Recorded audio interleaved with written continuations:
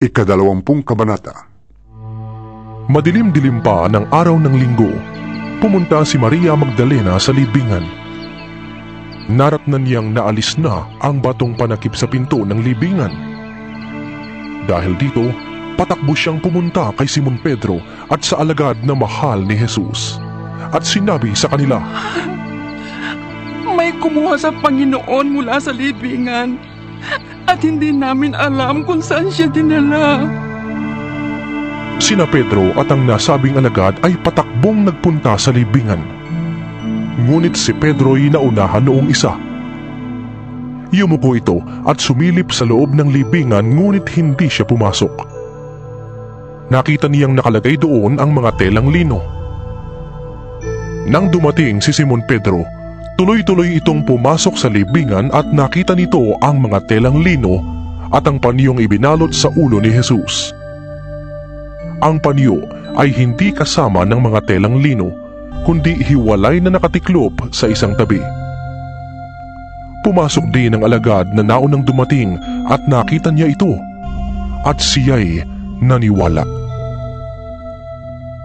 Hindi pa nila nauunawaan noon na ayon sa kasulatan, si Jesus ay kailangang muling mabuhay. At umuwi ang mga alagad. Si Maria ay nakatayong umiiyak sa labas ng libingan. Nang yumuko siya at sumilip sa loob, may nakita siyang 2 anghel na nakadamit ng puti at nakaupo sa pinaglagyan ng bangkay ni Jesus. Ang isa ay sa gawing ulunan at ang isa namay sa paanan. Tinanong nila si Maria, Babae, bakit ka umiiyak? Sumagot siya, "May kumuha po sa aking Panginoon at hindi ko alam kung saan siya dinala."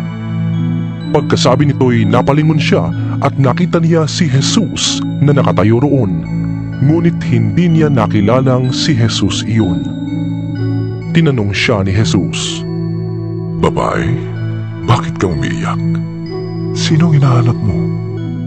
Akala ni Maria ang kausap niya'y ang hardinero, kaya't sinabi niya, "Ginoo, kung kayo po ang kumuha sa kanya, pakituro nga po ninyo sa akin kung saan ninyo siya dinala at kukunin ko." Maria? Sabi ni Jesus. Humarap siya at kaniyang sinabi sa wikang Hebreo, "Rabboni?" na ang ibig sabihin, guro. Huwag mo kong hawakan, sapagkat hindi pa ako nakakapunta sa Ama. Sabi ni Jesus. Sa halip, pumunta ka sa aking mga kapatid at sabihin mo sa kanila, naaakyat ako sa aking Ama at inyong Ama, sa aking Diyos at inyong Diyos. Kaya't si Maria Magdalena ay pumunta sa mga alagad at sinabi sa kanila, "Nakita ko ang Panginoon!" At sinabi rin niya sa kanila ang bilin ni Jesus. Kinagabihan ng araw ng linggo, ang mga alagad ay nagkakatipon. Nakasara ang mga pinto ng bahay na kanilang pinagtitipunan dahil sa takot nila sa mga Hudyo. Dumating si Jesus at tumayo sa gitna nila. Sumain niyo ang kapayapaan, sabi niya. Pagkasabi nito, ipinakita niya ang kaniyang mga kamay at ang kaniyang tagiliran. Nang makita nila ang Panginoon, tuwang-tuwa ang mga alagad. Sinabi na naman ni Jesus, Sumain niyo ang kapayapaan. Kung paanong isinugo ako ng Ama, isinusugo ko rin kayo. Pagkatapos, sila'y hiningahan niya at sinabi, Tanggapin ninyo ang Espiritu Santo. Ang patatawarin ninyo sa kanilang mga kasalanan ay pinatawad na nga, subalit ang hindi ninyo patatawarin ay hindi nga pinatawad. Ngunit si Tomas na tinatawag na kambal at isa sa 12 ay wala roon nang dumating si Jesus. Kaya't sinabi sa kanya ng ibang mga alagad, Nakita namin ang Panginoon! Sumagot si Tomas, Hindi ako maniniwala hanggat hindi ko nakikita at nahahawakan ang bakas na mga pako sa kanyang mga kamay at hanggat hindi ko naisusuot ang aking daliri sa mga sugat na yon at sa kanyang tagiliran.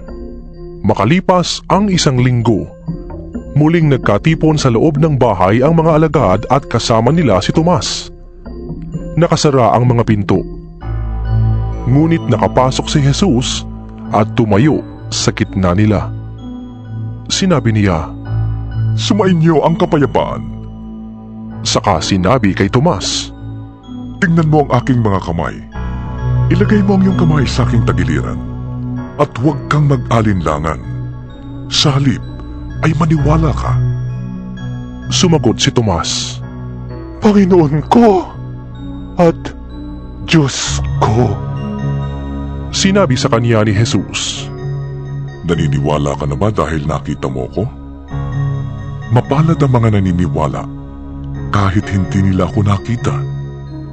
Marami pang himalang ginawa si Jesus na nasaksihan ng mga alagad, ngunit hindi nasusulat sa aklat na ito. Ang mga nakasulat dito ay isinulat upang kayo'y sumampalataya na si Jesus ang Mesyas, ang anak ng Diyos, at sa gayon magkaroon kayo ng buhay sa pamamagitan niya.